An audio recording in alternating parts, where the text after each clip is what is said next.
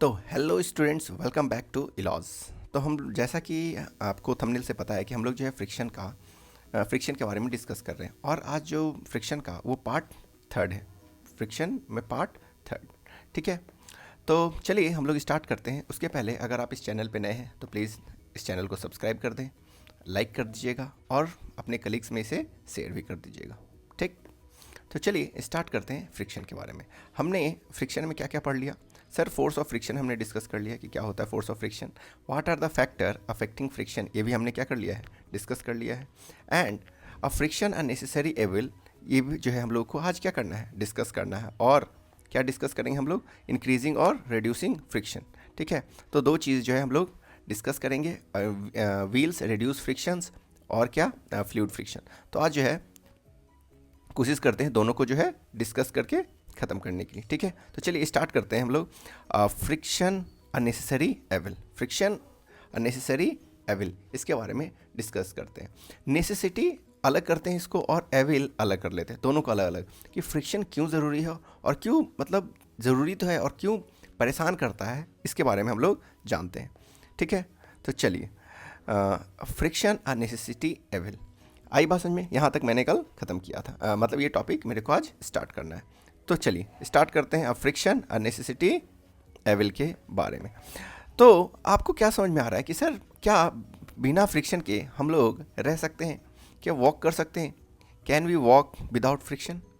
तो सर इसका answer no sir, हम लोग जो है बिना फ्रिक्शन के इवन वॉक भी नहीं कर सकते। मतलब क्या सर? जैसे देखिए, आपने कभी फील किया है कि हम लोग जब वॉक करते हैं तो हम लोग जो है ना ग्राउंड को पुश करते हैं। हम लोग जो है, जैसे ये मान लेते हैं ग्राउंड है, तो जब आप वॉक करिएगा, जब क्या करते हैं, वॉक करते हैं, तो हम लोग जो है ना पीछे की ओर जो है, पीछे वाला पैर क्या करता है, ग्राउंड को पुश करता है। और इस पुश करने के कारण ग्राउंड जो है एक और जो है फोर्स लगाता है, जिससे हम लोग क्या करते हैं, आगे बढ़ते हैं। तो जब आप पुश करते हैं तो ये पुश करते हैं तो यहाँ पे क्या होता है, फ्रिक्शन होता है। यहाँ पे क्या होता है, फ्रिक्शन होता है, और जिसके कारण आपका पैर ये पीछे नहीं जा पाता है। लेकिन अगर यही आप एक ग्राउंड है और जिस पे क्या है, ऑयल गिरा हुआ है, ठीक है, और आप क्या करते हैं, इस पर पैर रखते हैं और इसको क्या करते हैं, पुश करते हैं, तो आप क्या करते हैं, स्लिप कर जाते हैं। तो क्या समझ में आ रहा है कि सर एक साइड तो फ्रिक्शन जो है इंपॉर्टेंट है कि नहीं? एक साइड फ्रिक्शन क्या है हमारा, इंपॉर्टेंट है। क्यों इंपॉर्टेंट है सर? क्योंकि बिना फ्रिक्शन के आप इवन वॉक भी नहीं कर सकते। सोच रहे हैं कि अगर सर फ्रिक्शन को हटा दिया जाए, ख़त्म कर दिया जाए, अगर कोई कारण से फ्रिक्शन ख़त्म हो जाता है तो इवन आप वॉक भी नहीं कर पाइएगा। आगे बात समझ में? तो इससे क्या समझ में आया कि जो हमारा फ्रिक्शन होता है वो हमारे लिए क्या होता है, बहुत इंपॉर्टेंट होता है। क्यों? कि सर फ्रिक्शन के कारण ही जो है हम सबसे पहले तो इंपॉर्टेंट क्या है, वो चल पाते हैं। ठीक है, लेकिन अगर यही पॉलिश सरफेस है, हाईली पॉलिश सरफेस, या फिर उस पर ऑयल या फिर ग्रीस गिरा हुआ है, तब वो आपको जो है चलने में वहाँ पर क्या होगी, परेशानी होगा, आप स्लिप कर सकते हैं। ठीक है, अब जैसे मान लेते हैं, आपने ये देखा है जो क्रिकेटर होते हैं उनके शूज़ को ज़रा देखिएगा। उनके शूज़ में क्या होते हैं, जैसे उनका मान लेते ये शूज़ है, तो उनके जो शूज़ होते हैं उसके अंदर बहुत बड़े बड़े स्पाइक्स लगे हुए होते हैं, स्पाइक्स लगे रहते हैं। ठीक है कि नहीं? क्यों स्पाइक्स लगे रहते हैं? कि सर उनका जो ग्रिप है ग्राउंड के पास, ग्राउंड पे ग्रिप जो है वो बहुत अच्छे से लगे। ठीक है कि नहीं? ग्रिप अच्छे से लगे जिससे कि वो स्लिप नहीं कर सके। ठीक है कि नहीं? आई बात समझ में? तो फ्रिक्शन जो है क्या है, एक नेसेसिटी भी है और कुछ एक एविल का भी काम करता है। तो ये नेसेसरी वाले में हम लोग डिस्कस कर रहे हैं कि सर फ्रिक्शन के कारण ही हम लोग रन कर पाते हैं या फिर वॉक कर पाते हैं। पहला तो ये हो गया। दूसरा होता है क्या कि जो फ्रिक्शन होता है उसी के कारण जो है नेल जो है लकड़ी के कारण, सॉरी वुड में या फिर वॉल में क्या होता है, वो होल्ड कर पाता है। जैसे सर, जैसे मान लेते हैं ये आपका वॉल है, दिस इज़ वॉल। ठीक, अब आपने इसमें क्या किया, एक नेल को जो है क्या किया, होल्ड करने के लिए आप इस पर जो है ठोके, हैमरिंग किए आपने यहाँ से। तो क्या हुआ, ये इसके अंदर गया। तो जो वॉल होगा क्या करेगा, वॉल जो है पूरा का पूरा क्या करेगा, फ्रिक्शन लगाएगा, फोर्स लगाएगा। किस पे लगाएगा, इस नेल पे। तभी जो है इस फ्रिक्शन के कारण ही क्या करेगा, वॉल के कारण, सॉरी जो नेल होगा वो वॉल के अंदर टिका रहेगा, होल्ड कर पाएगा। तो जो होल्ड होता है, क्या होल्ड होता है सर, फ्रिक्शन, नील जो वुड के अंदर होल्ड कर पाता है वो भी क्यों होता है, ड्यू टू द फ्रिक्शन। आगे बात समझ में? तो मैंने क्या आपको बताया कि सर नेसेसरी में क्या हो सकता है, due to friction we can walk.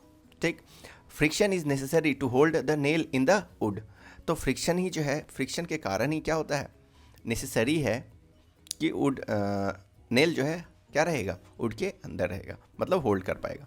अगर आप राइट करते हैं, लिखते भी हैं, तो राइट लिखने में भी क्या होता है, फ्रिक्शन की ज़रूरत होती है। जैसे फ्रिक्शन दोनों साइड में लगेगा। जैसे में क्या हुआ सर, जैसे अगर मान लेते हैं ये पेंसिल है, ठीक है, अभी पेंसिल पे आप क्या कर लीजिए ना, ऑयलिंग कर लीजिए, पूरा पेंसिल को ऑयल में डुबो करके लाइए और लिखने की कोशिश करिए, तो क्या पेंसिल को पकड़ पाइएगा अच्छे से? नहीं पकड़ पाइएगा, उसमें भी दिक्कत होगी। उसके बाद आप जब पेंसिल से लिखते हैं तो आपका ग्रेफाइट कहाँ लिखाता है, इस पर लिखाता है। अगर ये पूरा का पूरा मैं स्लिपरी कर दूँ, इस पर लिखाएगा ही नहीं, मतलब पूरा स्लिपरी कर देता हूँ। तो जैसे मान लेते हैं आप ग्लास पे, तो ग्लास पे आप पेंसिल से लिख करके देखिए, क्या लिखाएगा, लिखाएगा भी तो कहीं कहीं लिखाएगा, कहीं कहीं नहीं लिखाएगा। तो कहाँ लिखाएगा, वहीं लिखाएगा जहाँ पे रफ सरफेस होगा। जहाँ पे रफ सरफेस होगा, जैसे आप वुड पे आप पेंसिल से लिख करके देखिएगा, वहाँ पे लिख सकते हैं आप, लेकिन आप ग्लास पे लिख करके पेंसिल से देखिएगा, वहाँ पे नहीं लिखाएगा। तो सर इससे क्या समझ में आया कि ड्यू टू फ्रिक्शन ही हम लोग लिख भी पाते हैं। तो writing with a pencil requires what, friction. Clear है? अब आता है एक और कि सर टायर्स के बारे में डिस्कस कर लेते हैं। सर जो टायर्स होते हैं उसके अंदर क्या होते हैं, स्पाइक्स, उसके अंदर भी क्या बने हुए होते हैं, इस तरीके से ट्रेंड्स बने होते हैं, बहुत सारे ऐसे ऐसे ऐसे ऐसे ऐसे डिजाइनिंग बने हुए होते हैं, ठीक है कि नहीं। और वो धीरे धीरे धीरे धीरे ये जो है बड़ा है, नया टायर रहता है तो बहुत अच्छे बड़े बड़े एकदम रहते हैं। उसके बाद क्या होता है, ये धीरे धीरे धीरे धीरे पतला होना स्टार्ट हो जाता है। तो क्या कहते हैं, जो आप मैकेनिक के पास जाते हैं तो बोलते हैं कि आप टायर आपका पुराना हो गया है, आप जो है इसको चेंज कर लीजिए। ऐसा क्यों करते हैं सर? देखिए, जब इसके अंदर स्पाइक्स बने होंगे तो जब इस पर ब्रेक लगेगा तो ये ग्राउंड से बहुत अच्छा क्या करेगा, कांटेक्ट बना करके रखेगा। लेकिन यही जब इसके जो स्लिपरी शेप का होने लगेगा ये धीरे धीरे धीरे, तो जो है ग्राउंड से ये अच्छे से कांटेक्ट नहीं बना पाएगा, जिसके कारण क्या होगा, ये इसका जो है ग्रिप अच्छे से नहीं बनेगा और ये अच्छे से रोड पे जो है वो चल नहीं मतलब चल नहीं पाएगा, जिसके कारण क्या करेगा, वो स्लिप करेगा। आया समझ में? इवन एक और है, आता है मैच बॉक्स का भी एग्जाम्पल ले लीजिए। मैच बॉक्स को देखते हैं। मैच बॉक्स में भी, उसमें भी आपको क्या होता है, फ्रिक्शन की ज़रूरी होता है। किस लिए? मैच बॉक्स को जलाने के लिए। क्लियर? तो मैंने आपको ये तरीके बताए, किसका किसका तरीका है, मतलब चीज़ बताया कि why friction is necessary for us. तो sir friction is necessary for us for walking, for holding a nail in the wood, फिर writing with a pencil require friction, even tyres needs friction to run on the road, and the last one is for lighting a match box. So these are the examples of why friction is necessary for us. Next है कि sir friction evil भी आपने लिखा है कि sir दो को बताया आपने कि सर फ्रिक्शन जो है, पहला फ्रिक्शन में आपने दो बताया कि नेसेसिटी जरूरी भी और एविल भी है। तो नेसेसिटी में तो मैंने बताया कि क्योंकि वो ज़रूरी है, और कुछ आता है क्या कि सर ये एविल का भी काम करता है, मतलब कुछ ना कुछ इससे नुकसान भी है। अब नुकसान क्या है, इसके बारे में भी सर थोड़ा सा डिस्कस कर लेते हैं। तो फ्रिक्शन एविल के बारे में डिस्कस करते हैं कि friction evil, friction and evil के बारे में। एविल से क्या समझ में आता है, दुश्मन है हमारा। दुश्मन क्यों? जैसे देखिए, फ्रिक्शन इज वेस्टफुल। फ्रिक्शन क्या है, एक वेस्टफुल है, मतलब wasteful in the sense it causes a loss of energy and causes heating of machine. मतलब क्या, जैसे मान लेते हैं आपकी कोई मशीन है, ठीक है कि नहीं, कोई मशीन है, जैसे मान लेते हैं आपको बाइक ही मान लेते हैं, ठीक है कि नहीं, बाइक ही मान लेते हैं। तो जो फ्रिक्शन के कारण क्या होता है, फ्रिक्शन के कारण हीट जनरेट होता है। क्या जनरेट होता है? हीट जनरेट होता है।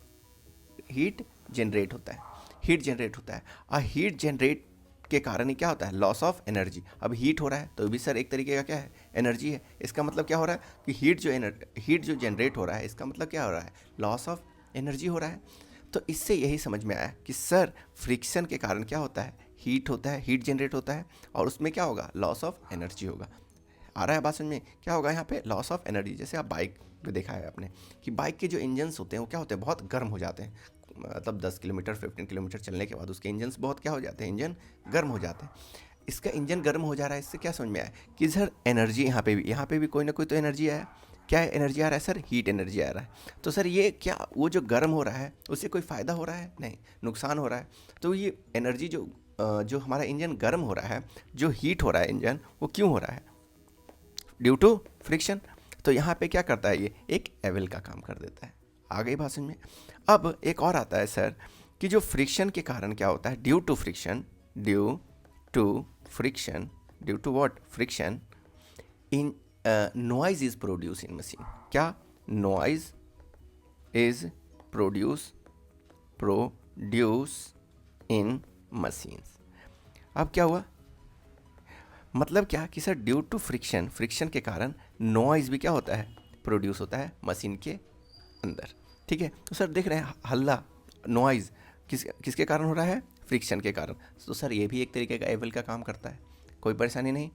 अब आता है एक और लास्ट फ्रिक्शन एविल वाले में कि sir due to friction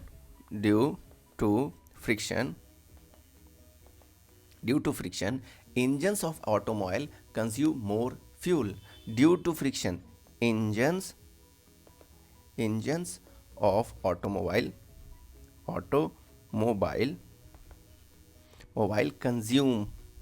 consume more fuel which is a money loss. ठीक है, due to friction engines of automobiles consume more fuel which is a money loss. इससे क्या समझ में आ रहा है कि फ्रिक्शन के कारण इंजन्स के अंदर क्या होता है, ज़्यादा से ज़्यादा फ्यूल खर्च होता है, जिसके कारण क्या होता है आपका एक मनी लॉस का भी क्या आता है, परेशानी आता है कि हाँ इससे आपके मनी भी लॉस में आ रहे हैं। तो हमने क्या क्या जाना आज, एक डिस्कस किया हमने या फ्रिक्शन, नेसेसिटी, एविल के बारे में डिस्कस कर लिए। नेसेसिटी क्यों है कि सर क्यों ज़रूरी है, और एविल इसके कारण क्या क्या दिक्कतें हैं। What are the ways by how to increase और reduce friction. The next topic is how increase और reduce friction. What are the ways by which we can increase और डिक्रीज फ्रिक्शन। तो चलते हैं नेक्स्ट, इंक्रीज फ्रिक्शन के बारे में discuss करते हैं। फ्रिक्शन को इंक्रीज करना। अब हम लोग को फ्रिक्शन बढ़ा कैसे सकते हैं, कैसे बढ़ाया जाएगा फ्रिक्शन कैसे बढ़ेगा। तो ये जैसे मान लेते हैं ये हमारा क्या है, सरफेस है, वुड है, ठीक, वुड। अब इसके जो है क्या करेंगे हम लोग, सरफेस को रफ कर देते हैं, रफ कर देते हैं। तो जितना ज़्यादा रफनेस बढ़ाएंगे, जितना ज़्यादा क्या रफनेस को बढ़ाएंगे, उतना ही ज़्यादा क्या होगा, फ्रिक्शन इंक्रीज होगा। तो पहला क्या हो गया कि फ्रिक्शन को इंक्रीज करने का तरीका बाय मेकिंग सरफेस रफ। तो बाय मेकिंग सरफेस रफ पहला क्या हो गया कि सर पहला जो है सरफेस को रफ कर सकते हैं। A rough surface provide more resistance than a smooth surface in most cases. तो क्या होगा कि जो रफ सरफेस होता है ये क्या करता है, ज़्यादा friction generate, more friction as compare to smooth surface. Clear?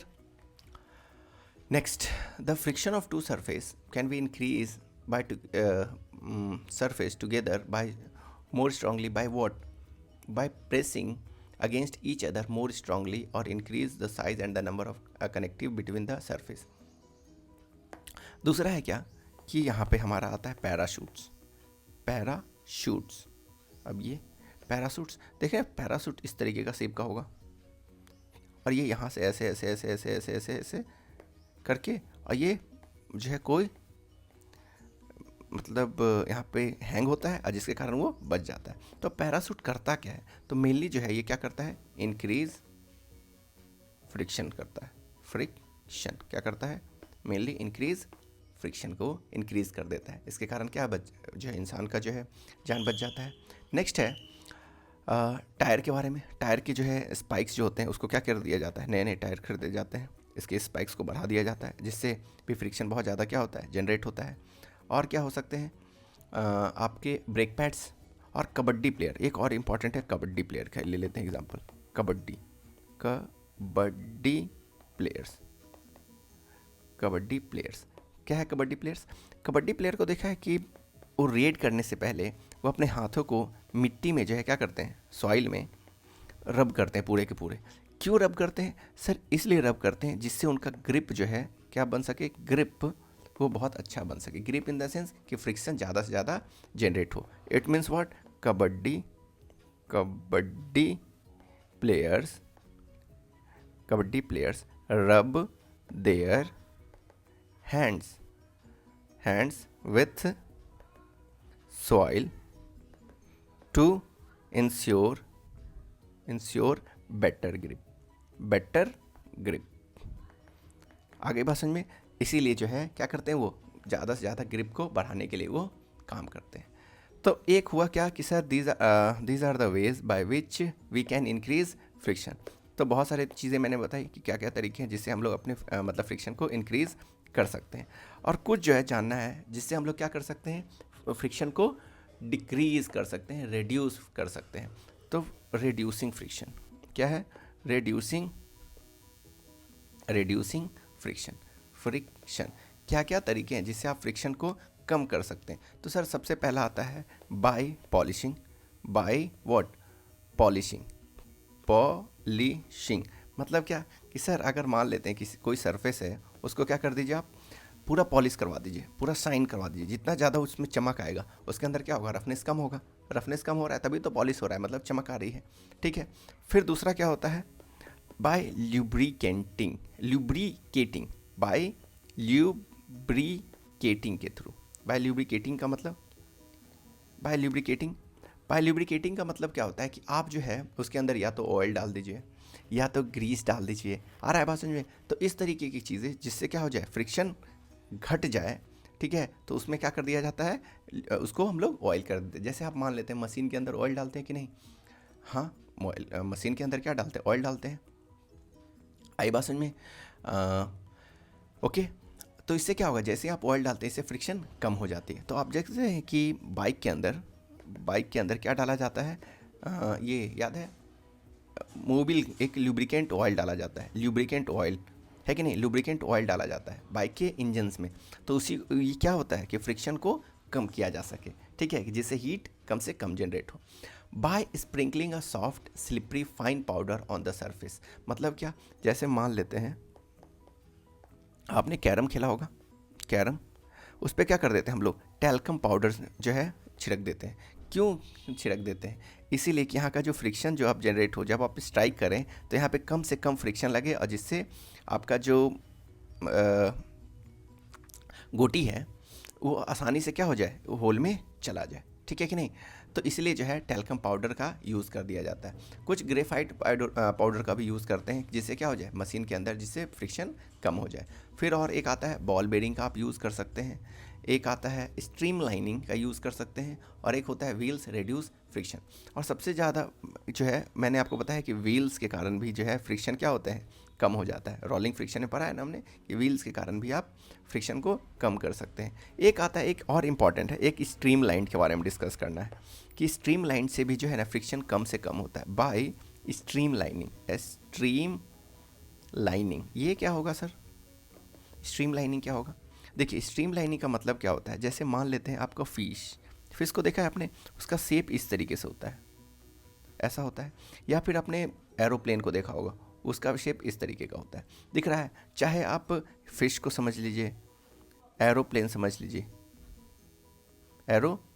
लीजिए, या फिर बर्ड को भी देख लीजिए, बर्ड देख लीजिए, या फिर आप शिप भी देख सकते हैं। इन सभी का जो है शेप जो है इस तरीके का ही होता है मेनली, उसका जो मेन पार्ट होगा वो इस तरीके का ही होता है। ये क्यों ऐसा होता है सर? ये इसलिए होता है कि इससे आपको जो, चाहे आप वाटर में हो, चाहे एयर में हो, चाहे क्या हो, हाँ वाटर में चाहे एयर में, इससे में क्या होगा कि फ्रिक्शन बहुत कम हो जाता है धीरे धीरे। आ रहा है बात समझ में? कि जैसे मान लेते हैं पानी है, यहाँ पे पूरा पानी, तो क्या होगा धीरे धीरे जाएंगे तो इस पर इधर फ्रिक्शन होगा। और अगर अचानक डायरेक्ट आप पूरा ऐसे अगर रहेगा इसका शेप, तो क्या होगा, बहुत ज़्यादा फ्रिक्शन लगेगा और ज़्यादा से ज़्यादा एनर्जी लॉस होगा। तो एक स्ट्रीम लाइन के कारण, बाय स्ट्रीम लाइनिंग के कारण भी क्या होता है, फ्रिक्शन कम होता है। तो मैंने आपको आज डिस्कस कर लिया कि सर फ्रिक्शन क्यों ज़रूरी है, और फ्रिक्शन के क्या क्या नुकसान है उसके बारे में हमने डिस्कस कर लिया। अब आता है एक फ्लूइड फ्रिक्शन, इसके बारे में भी थोड़ा सा सीख लेते हैं, फिर हमारा ये लास्ट टॉपिक है कि सर फ्लूइड फ्रिक्शन क्या होता है। फ्लूइड फ्रिक्शन, इसे भी जान ही लेते हैं। सर फ्लूइड फ्रिक्शन से क्या समझ में आता है, समझिएगा सीधे। फ्लूइड फ्रिक्शन का मतलब जो भी नेम समझ लीजिए कि किसके लिए, fluid exert force of friction on the object in motions. जैसे मान लीजिए, जैसे आप एयर समझ लीजिए या फिर आप वाटर समझ लीजिए, तो जो भी फोर्स किसके कारण वाटर और एयर लगाते हैं उसको फ्लूइड फ्रिक्शन में डाल दिया जाता है। तो फ्लूइड फ्रिक्शन में किसके कौन कौन आते हैं आपके, एक आएंगे कौन, एयर, और एक कौन आएगा, एक एयर आया और एक क्या आया, वाटर आया। तो sir friction due to air and water is known as fluid friction.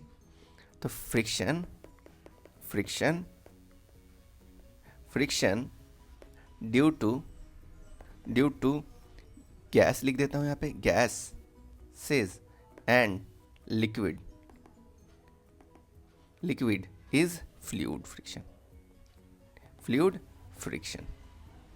आगे बात समझ में, इसका मतलब क्या कह सकते हैं आप कि fluid exert force of friction on an object in motion. तो जब भी वो मोशन में आएंगे, ऐसे ऐसे मोशन में जाएंगे, तब वो क्या करेंगे, वो फ्रिक्शन में लगाएंगे।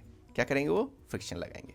क्लियर है। तो जैसे बर्ड हो गया, एरोप्लेन हो गया, शिप हो गया, फिश हो गया, कौन कौन हो गया आपका, एरोप्लेन हो गया, शिप हो गया, फिश हो गया, चाहे बर्ड हो गया, इन सभी पे कौन जो है फ्रिक्शन लगाता है, फ्लूइड फ्रिक्शन लगाता है। सर कौन लगाता है, फ्लूइड फ्रिक्शन। आगे बात समझ में, कौन लगाता है, फ्लूइड फ्रिक्शन। कोई दिक्कत नहीं, आगे बात समझ में। तो फ्लूइड फ्रिक्शन का मतलब वही कि सर वैसे सर एक फ्रिक्शन जो जनरेट होता है ड्यू टू सॉइल बोल रहा हूँ, गैसेस और liquid, this is called what, fluid friction. आगे बात समझ में, कोई दिक्कत नहीं है। चलिए, तो यहाँ तक था, मैंने आपको फ्लूइड फ्रिक्शन भी डिस्कस कर लिया, ठीक है कि नहीं। अब अगला जो है हमारा, ये मैंने पूरा का पूरा चैप्टर आपको अच्छे से बता दिया है। अब अगर आपको कोई भी इसमें क्वेरी हो तो आप मुझे जो है कमेंट्स कर सकते हैं, और आप अपने इस वीडियो को ज़्यादा से ज़्यादा आप शेयर कर दीजिएगा, जिससे ये और भी वीडियो जो है सभी लोग तक पहुंच सके। ठीक है, मिलते हैं अगली क्लास में, तब तक के लिए थैंक यू, बाय बाय।